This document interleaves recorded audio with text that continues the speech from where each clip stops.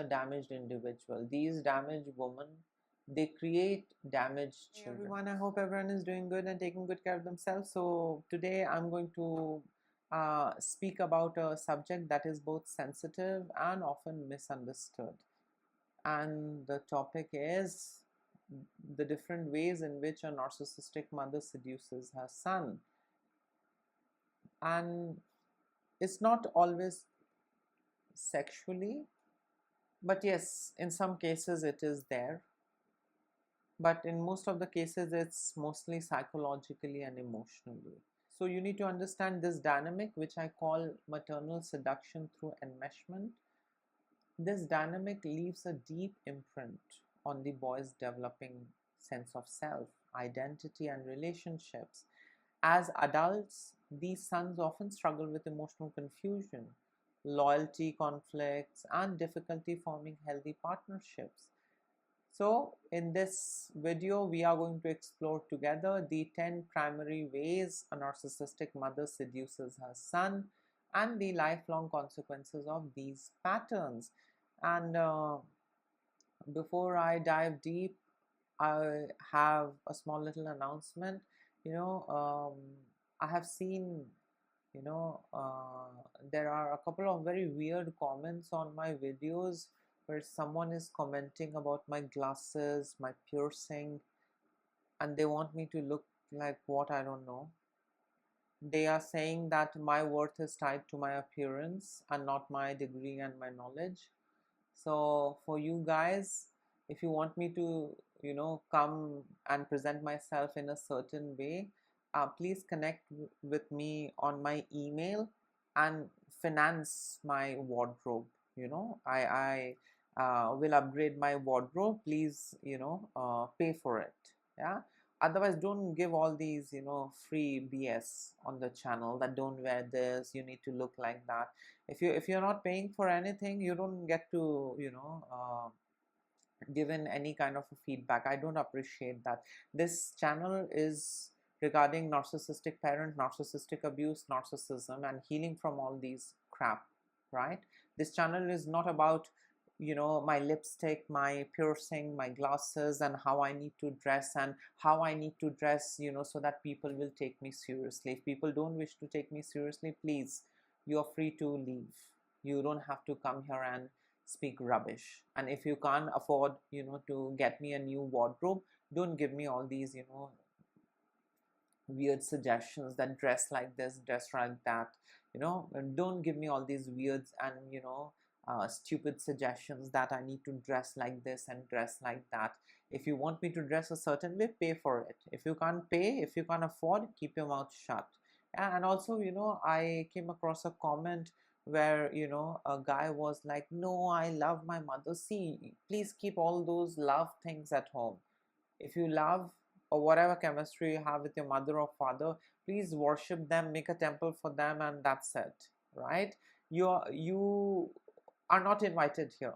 This is for all those individuals who have experienced narcissistic abuse at the hands of their parent. Yeah, so we don't want people like you to come and gaslight and invalidate our pain. Yeah, and tell us that we are doing these things for views and all that. I mean, how much am I earning from this channel? How much views do I get? So don't give me all this bullshit. Yeah, I mean, I don't know who was that retard.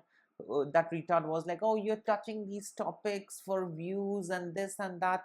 Please don't gaslight me and don't gaslight the viewers. Abuse exists. Parents abuse their children. It's a very common thing, in Asia, India, Pakistan, Sri Lanka, Bangladesh. A lot of abusive parents are, there, who go by strict parent, good parent, humble parent. So don't just, speak rubbish on this channel. This channel is for survivors and experts, not for, stupid gaslighters, sharing their views. So please don't do that. I don't like it. I don't appreciate it. And I mean, I really got irritated looking at those comments, and that's the reason, I had to waste my, I think 4 minutes 50 seconds to tell you all to leave the channel and not, speak rubbish over here. It's a community, of survivors and of, individuals who are expert in this domain, and, of survivors who have experienced these things. So don't come and gaslight and don't talk all these rubbish things. I didn't, block these individuals because I wanted to reply them. That's it. So next time, don't give me all these, 2 rupee, 2 cent suggestions, how a psychologist, how a therapist needs to dress up. If you can't afford, if you can't get me good suits and dresses, don't, give all these free advices that I need to dress up like this to be taken seriously. I am taken seriously for this. I'm taken seriously for my experience and for my knowledge and for my study. I'm not taken seriously or not seriously for the glasses or for the hair or for the skin or for the crow feet or whatever. Don't speak rubbish. It really irritates me. Anyways, now let's start off, with the video, with the lecture. So today we are going to talk about the different ways this narcissistic mother seduces her son, the different ways she devours the son. The first way she seduces her son is with emotional incest, where the sons are used as surrogate spouse. So instead of being a mother, narcissistic mothers, treat him, her son, like a little man. She shares her marital problems, her secrets, her frustration, and in no time the boy becomes her emotional husband. So she is going to tell the child, I am in this relationship for the sake of you. You have got no idea your dad cannot satisfy me. You have got no idea your dad was horrible, but I chose to stay in the relationship just for the sake of you. Yeah, and then she is going to, talk about her frustration, secret, her fantasy, and in no time that innocent son, that innocent child becomes her emotional husband.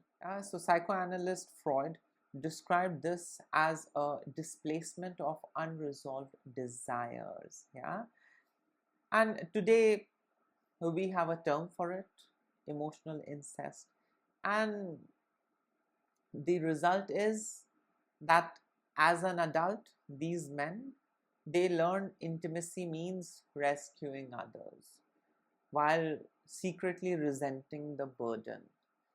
They have distorted understanding. They never, played the role of a son. They played the role of a little man from an early age. And as a result of which, they feel that intimacy means rescuing others, even if it's burdensome, even if it's very heavy and, very heavy burden to rescue someone, but they do it because that's their way. That's what they understand, with intimacy. That is to bear the burden of the others, rescue others. The other way how these narcissistic mothers seduce their son is with excessive praise, and those excessive praise are not without strings. Those excessive praises are with strings attached. So these narcissistic mothers are going to say, you are, the only one who understands me. Your dad hardly understands. Your sister doesn't understand. Your brother doesn't understand. My father didn't understand me. It's only you who understands me. You are my pride and joy. Yeah. And to others and to the son, it sounds flattering. But to tell you honestly, it's all conditional. And Jung, spoke of this as the projection of the anima. Yeah? The boy becomes inflated, special, and the boy feels chosen.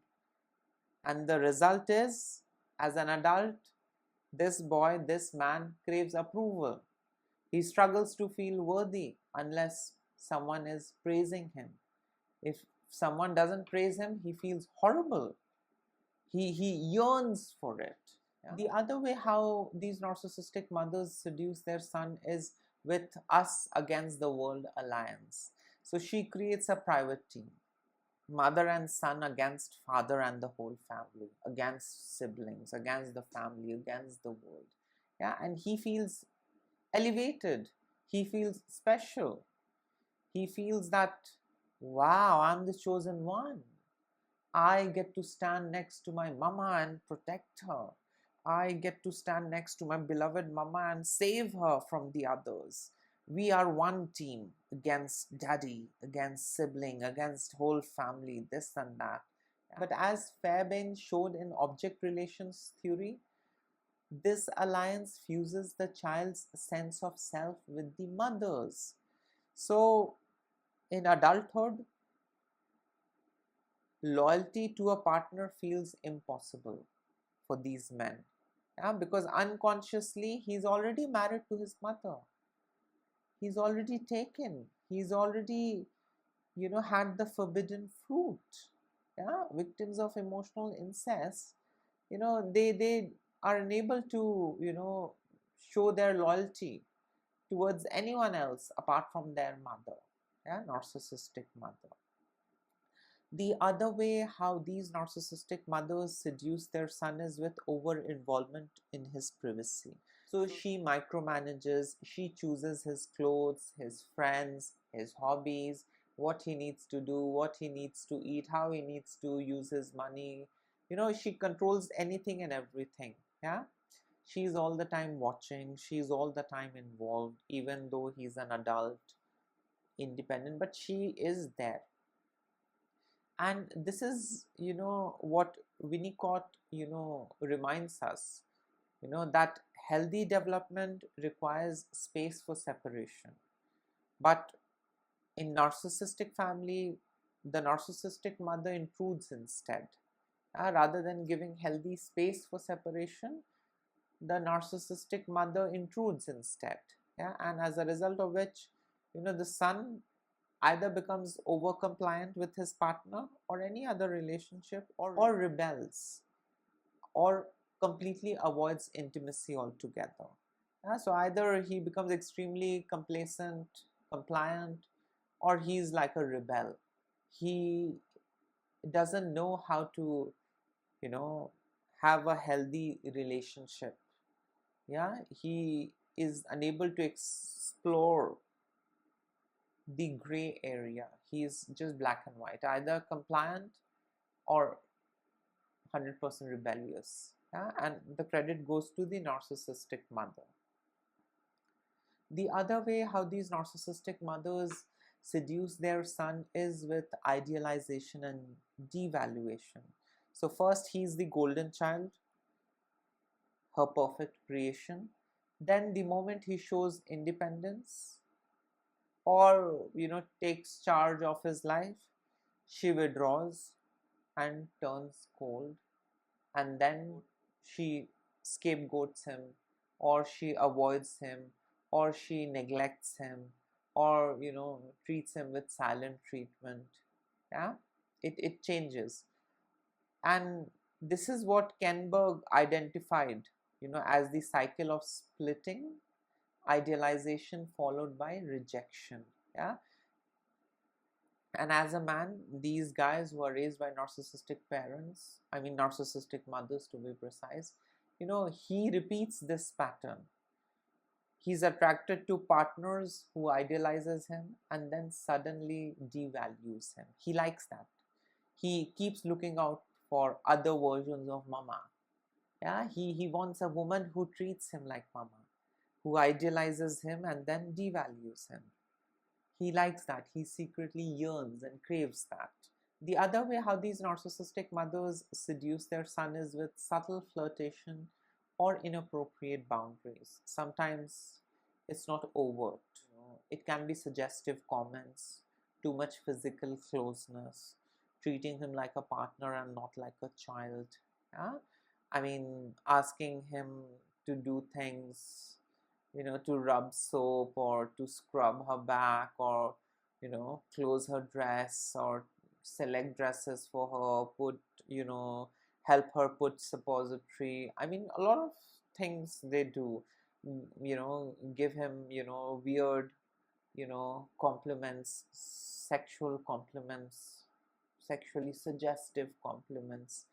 Yeah, and this is like boundary violation. I personally feel this is a kind of a sexual abuse. And Freud once called this, as primal seduction, an unconscious blurring of boundaries. And the result of all this is that his sense of intimacy becomes distorted. The man's sense of intimacy is absolutely distorted. Yeah, he confuses love with sexuality. Others fear closeness altogether. Yeah, they have a distorted understanding of love. And the credit goes to the narcissistic mother, because she was subtly, flirtatious. She was flirting with the son. She was blurring the boundaries, and all of it doesn't help but damage the son.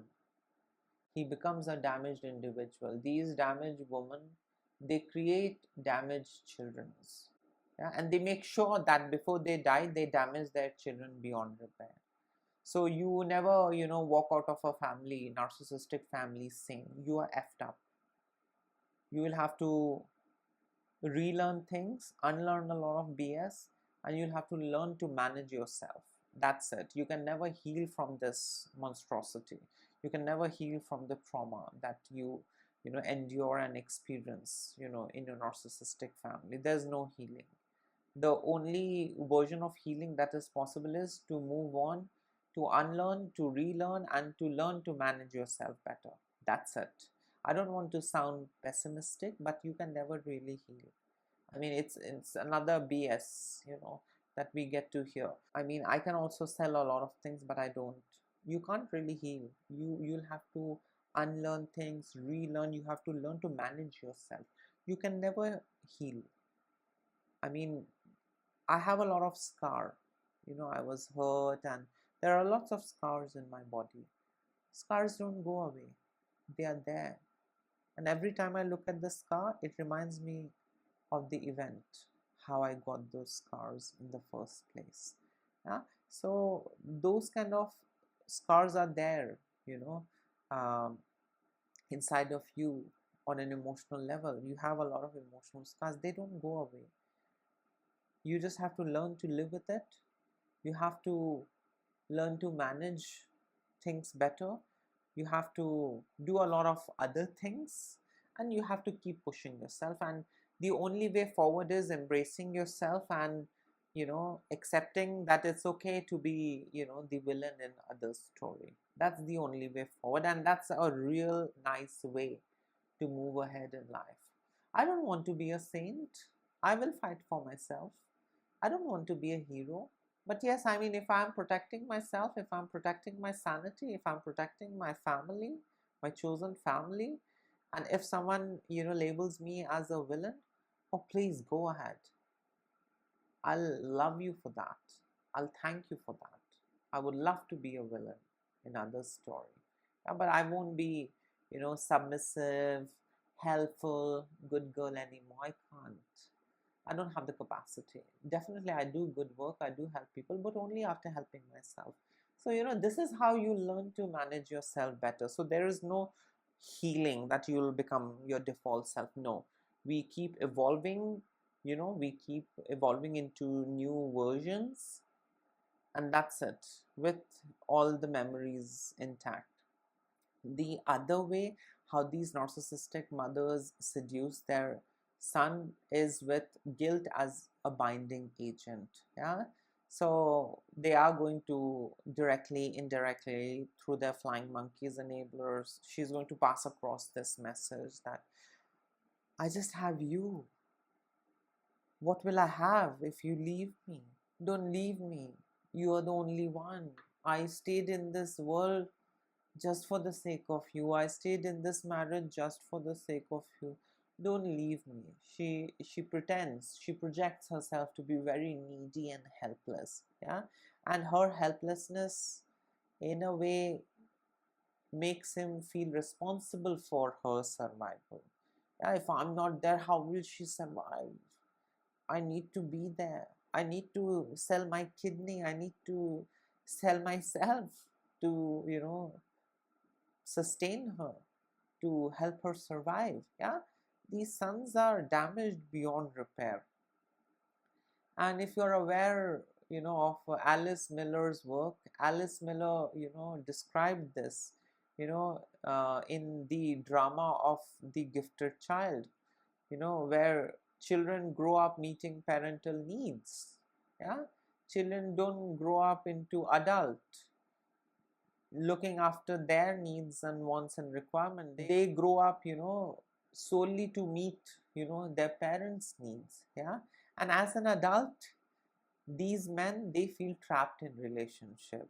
Yeah, and on the other hand, they feel leaving the relationship will be like betraying, someone, betraying the relationship. So I mean, it's the same thing with their mother. They feel trapped in the relationship with their mother. They feel trapped in every relationship that they have. And when it comes to leaving the relationship, whether it's the mother or anyone, one thing is that they feel trapped. The other thing is that they are helpless. They can't leave also, because they feel, if I leave, I'm being the bad person. I'm betraying this innocent person. Yeah. So, they are trapped. Neither they can swallow nor they can vomit. The other way how these narcissistic mothers seduce their son is, with rivalry with romantic partners. Yeah. So, when these son, when he dates, once he grows up, when he dates, she gets into this competition. Yeah, and she gets into criticizing the date, the partner, and all of it results in a kind of a sabotage.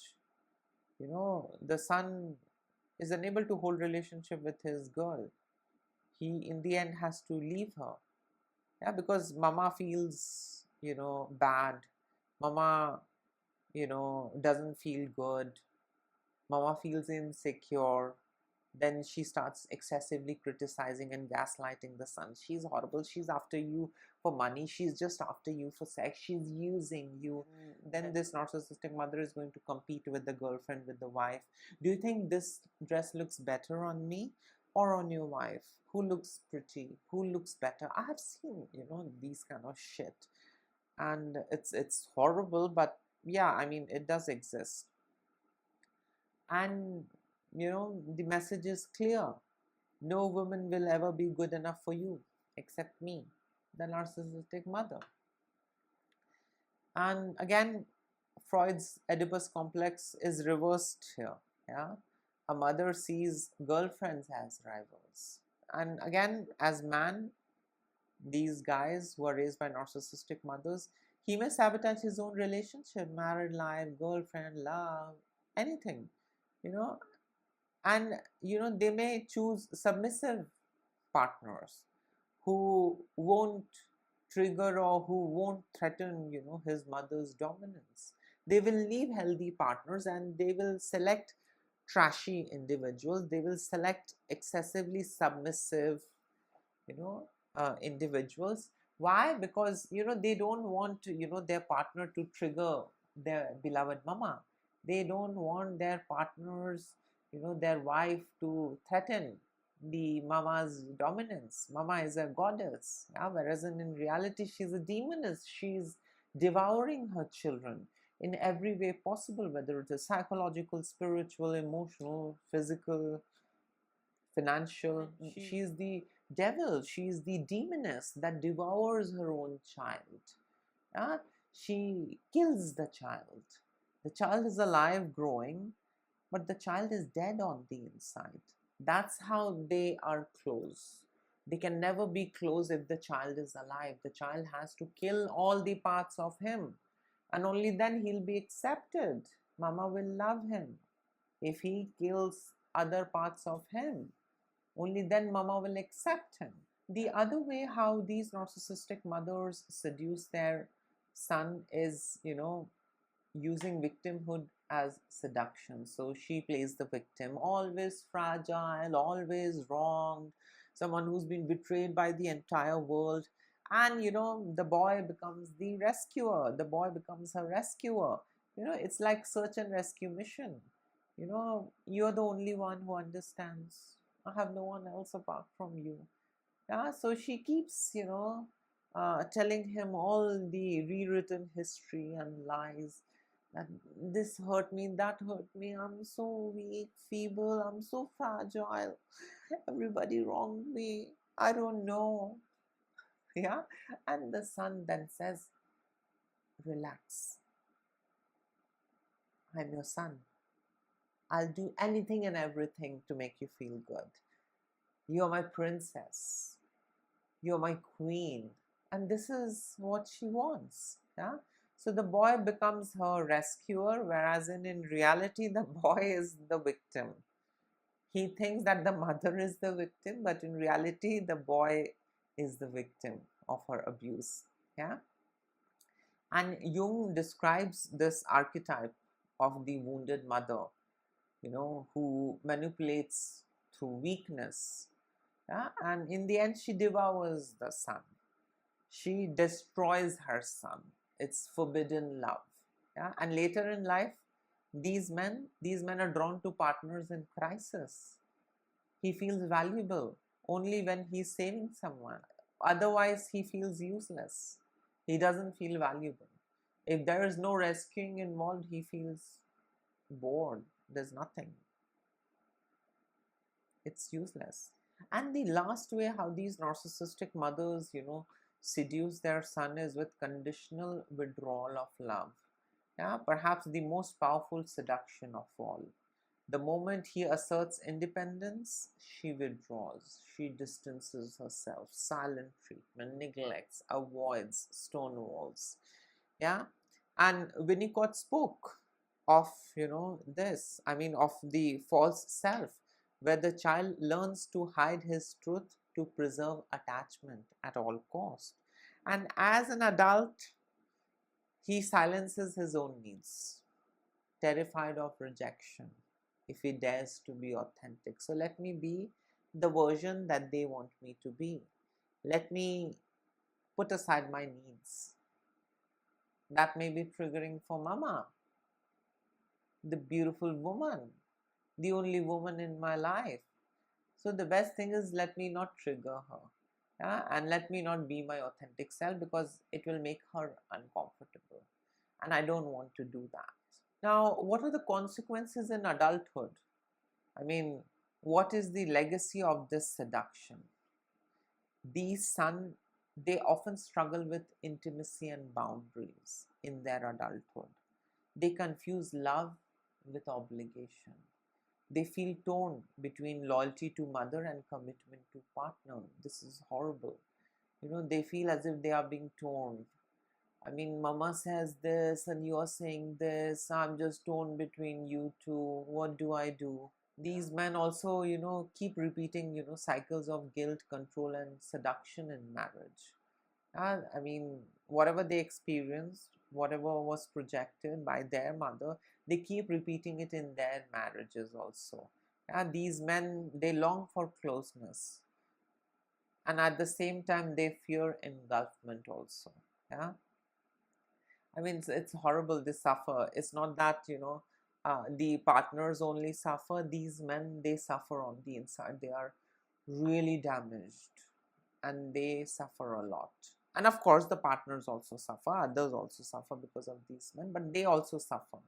And this is what Patrick Kahns call, trauma bonds, invisible chains that keep survivors loyal to dysfunction and, loyal to their abusers. So the narcissistic mother's seduction is not always sexual, but it is, but not always sexual in nature. It is, psychological enmeshment. It binds the son in unconscious loyalty, leaving him unable to love freely or do things by himself in his own unique way, however he wishes and pleases. Healing only kicks in, healing only begins, and by healing, I don't mean you'll become a new you.